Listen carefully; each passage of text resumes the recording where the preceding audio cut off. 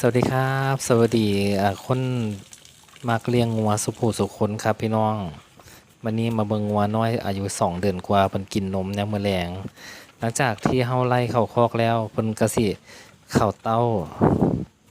ดูดนมแม่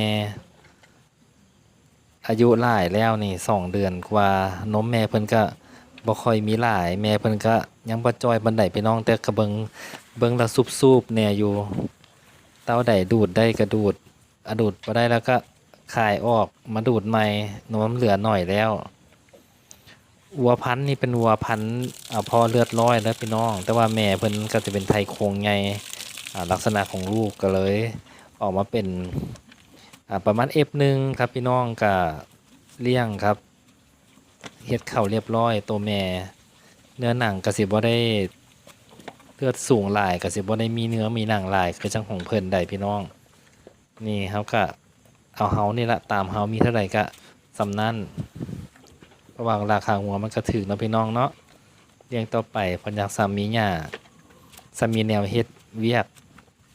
เดี๋ยวก็บ่มีหยังเฮ็ดราคาสิขึ้นสิลงเฮาก็เลี้ยงคือเก่าครับเพราะว่าเฮามักเบิ่งงัวน้อยกินนมเด้อพี่น้องยังมื้อแลงว่าเข้าคอกแล้วบ๊ายบาย